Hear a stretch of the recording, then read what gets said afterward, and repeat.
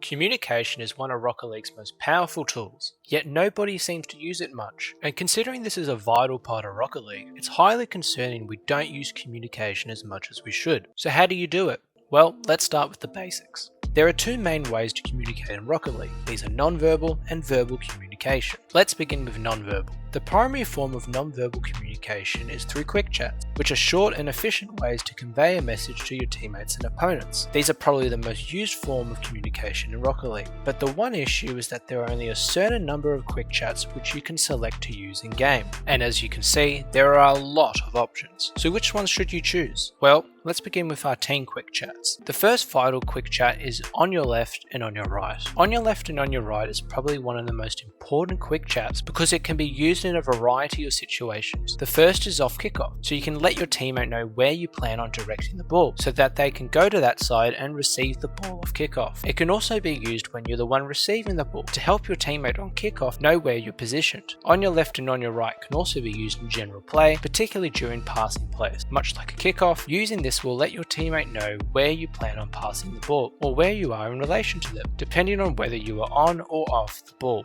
The next quick chat is the All Yours quick chat. The primary function of the All Yours quick chat is to tell your teammate that they can have the ball or they need to go for the ball. This can be in your defense or on your attack, but essentially what the All Yours quick chat does is it prevents you and your teammate double committing on the same ball. It also will indicate to your teammate that you might not necessarily have boost or be in a position to properly go for a play, and this in turn will stop them trying to pass or do passing plays with you, which won't work out. The final team quick chat is the faking quick chat. This will allow you to do certain kickoff plays that require fakes, but also let your teammate know that you may be faking the ball in general play. These four quick chats are by no means the only ones you can use, but I would highly recommend using these because they can be used in multiple instances and can be used to convey multiple things. And you'll find this to be a common theme across this whole video.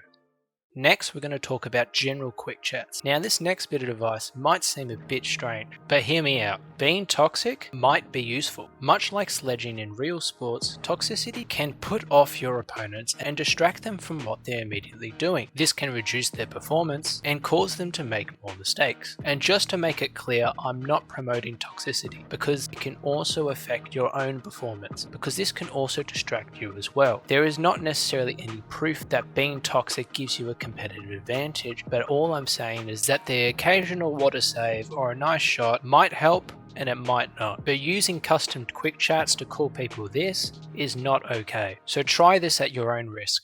So now let's talk about verbal communication. Verbal communication is probably the hardest form of communication in Rocket League. There are two main ways to communicate verbally in Rocket League. The first is via the in-game voice chat, which can be enabled in your settings, allowing you to speak to your teammates in real time. The second way is to use things like Discord and phone calls to communicate. Both of these will work fine. Verbal communication can be tricky largely because Rocket League is such a fast-paced game, and as a result your comms have to match that fast pace. This does not mean speak at 1,000,000 miles an hour, but instead we want to shorten our sentences to singular words or phrases that convey what we're trying to say. If you ever listen to a pro comms video, this is exactly what they're doing. So let's try a scenario of our own. Say you're on the right of your teammate and you want to say to your teammate, "I'm on the right of you, try passing the ball." How can we go about shortening this sentence?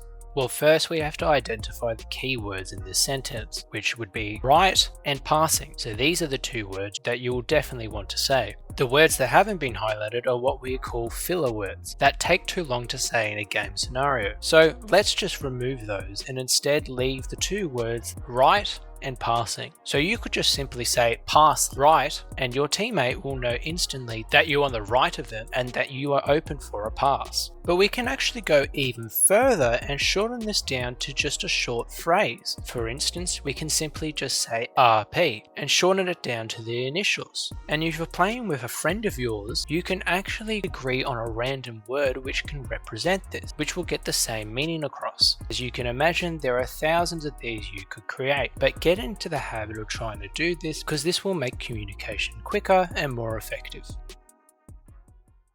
As you can see, there are lots of ways you can communicate in Rocket League, both verbally and non-verbally. But my number one tip would be honestly just to make things as simple as possible. And hopefully this video has done that for you. Feel free to come back to this video to use it as a guide on how to communicate properly in Rocket League.